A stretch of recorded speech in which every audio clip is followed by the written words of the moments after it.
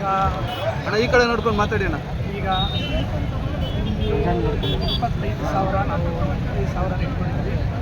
20,000ನ ಲೈನಲ್ಲಿ ನಿಲ್ಲಿಸ್ಕೊಂಡಿದ್ವಿ. 5,000 ಪಕ್ಕದಲ್ಲಿ ಸ್ಟಾಕ್ ಇಟ್ಕೊಂಡಿದ್ವಿ. 25,000. ಈ 25,000 ಅಲ್ಲದೆ ನೌಕರರಿಗೆ ಆಮೇಲೆ ಸರ್ಕಾರ ನೌಕರರಿಗೆ 5,000 ಗೋಡನಲ್ಲಿ ಟೋಟಲ್ 30,000 ಕಳಿಸಿದ್ವಿ. 30,000ದಲ್ಲಿ 20,000 ಪಬ್ಲಿಕ್ ಕೊಡ್ತಾ ಇದ್ವಿ. ಒಂದು 5,000 ನಾವು ಅಡಿಷ್ನಲ್ ಆಗಿ ಇಟ್ಕೊಂಡಿದ್ವಿ. ಏನಾದರೂ ಕಮ್ಮಿ ಬಂದರೆ ಏನು ಅಂತ 30,000 ಕೊಡೋಕ್ಕೆ ಪ್ಲ್ಯಾನ್ ಮಾಡಿದ್ವಿ. ಸರ್ ನಾನು 2013ರಿಂದ ನಾನು ಸಮಾಜ ಸೇವೆ ಮಾಡ್ಕೊಂಡು ಬರ್ತಾಯಿದ್ದೀನಿ. ನನಗೆ ಮಧ್ಯದಲ್ಲಿ ಒಂದ್ಸರಿ ನನಗೆ ಅಪಘಾತ ಆಗುತ್ತೆ. ಅಪಘಾತ ಆದಾಗ ನನಗೆ ಡಾಕ್ಟರ್ ರೆಸ್ಟ್ ಮಾಡೋಕ್ಕೆ ಹೇಳಿರ್ತಾರೆ. ಅವಾಗ 34 ವರ್ಷ ನಾನು ಯಾವುದೋ ಸುಮ್ಮನೆ ಅದಾದಮೇಲೆ ಹಂಗೆ ಕಂಟಿನ್ಯೂ ಮಾಡಿಕೊಂಡು ಸಮಾಜ ಸೇವೆ ಮಾಡ್ಕೊಂಡು ಬರ್ತೀನಿ. ನಮ್ಮ ಹಿತೈಷಿಗಳು ಮುಖಂಡರು ಎಲ್ಲ ಸೇರಿಕೊಂಡು ನಮಗೆ ರಾಜಕೀಯಕ್ಕೆ ಅಂತ ಸಲಹೆ ಮಾಡಿ ರಾಜಕೀಯದಲ್ಲಿ ಸಮಾಜ ಸೇವೆ ಮಾಡ್ಕೊಂಡು ಚುನಾವಣೆ ದೂರ ಇರ್ಬೋದು. ನಾವು ಚುನಾವಣೆ ದೂರ ಇದ್ರೂ ನಾವು ಸಮಾಜ ಸೇವೆಯೇ ಬೇರೆ, ಚುನಾವಣೆ ಬೇರೆ. ಸಮಾಜ ಸೇವೆ ಮಾಡೋದು ಮೊದಲಿಂದ ನಾವು ಮಾಡ್ಕೊಂಡು ಬರ್ತಾಯಿದ್ವಿ. ಸೋತ್ರೂ ಮಾಡ್ಕೊಂಡು ಬರ್ತಾಯಿದ್ವಿ. ಮುಂದೆನೂ ಇದೇ ರೀತಿ ನಾವು ಮಾಡ್ಕೊಂಡು ಬರ್ತೀವಿ. ಚುನಾವಣೆ ಬೇರೆ. ಚುನಾವಣೆ ಬಂದಾಗ ನಾವು ಚುನಾವಣೆಗೂ ನಾವು ಫ್ರೀ ಆಗ್ತೀವಿ.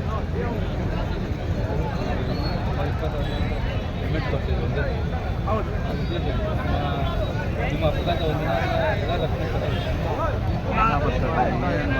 ನಾವು ಕುರುಡಮಲೆ ಗಣೇಶ ಮತ್ತು ನಮ್ಮ ಪ್ರಸಿದ್ಧಿ ಆಂಜನೇಯ ಸ್ವಾಮಿ ಮತ್ತು ಹೈದರಾಲಿ ದರ್ಗಾ ಇವರೆಲ್ಲ ನಮ್ಮ ಮುಳಬಾಗಿಲ ಮಹಾಜನತೆಗೆ ಆಶೀರ್ವಾದ ಇರಲಿ ಅಂತ ಹೇಳ್ಬಿಟ್ಟು ನಾವು ಈ ಹೆಲ್ಮೆಟ್ ಕೊಡ್ತಾ ಇದ್ವಿ.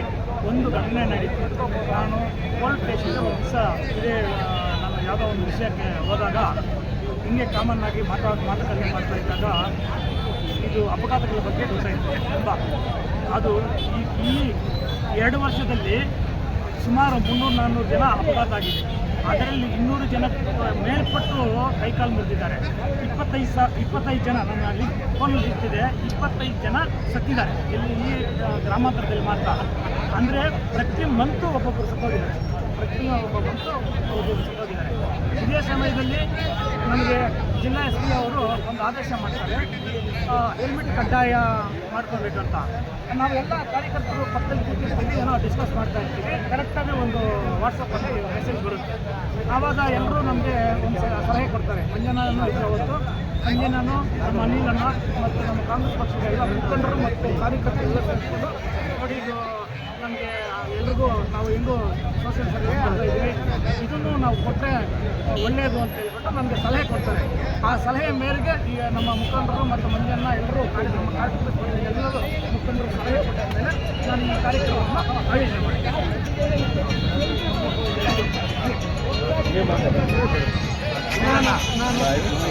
ನಾನು ಈಗಾಗಲೇ ಸಮಾಜ ಸೇವೆ ಮಾಡಬೇಕಂತಬಿಟ್ಟು ಕೆಲವು ಘೋಷಣೆ ಮಾಡಿದ್ದೀನಿ. ಕಾರ್ಯಕ್ರಮಗಳನ್ನು ಈಗಾಗಲೇ ನಾನು ಘೋಷಣೆ ಮಾಡಿದ್ದೀನಿ.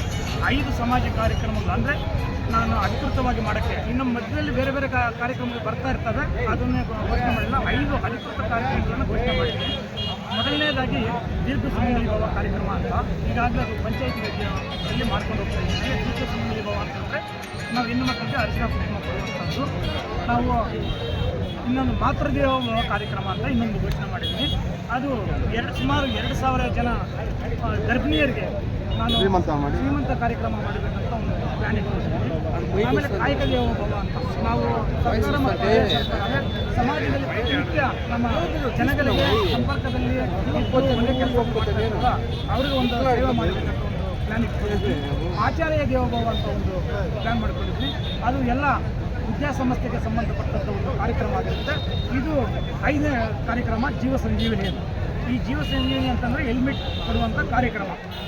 ನಾವು ನೋಡಿ ಪ್ರತಿನಿತ್ಯನೂ ನಮಗೆ ನಾವು ಒತ್ತಡದಲ್ಲಿ ಬರ್ತೀವಿ. ಪ್ರತಿಯೊಬ್ಬರಿಗೂ ಜೀವನ ಮಾಡಬೇಕಂದ್ರೆ ಆರ್ಥಿಕವಾಗಿ ಸಮಸ್ಯೆಗಳಿರ್ತವೆ. ಪ್ರತಿದಿನವೂ ಒತ್ತಡದಲ್ಲಿ ಇರ್ತೀವಿ.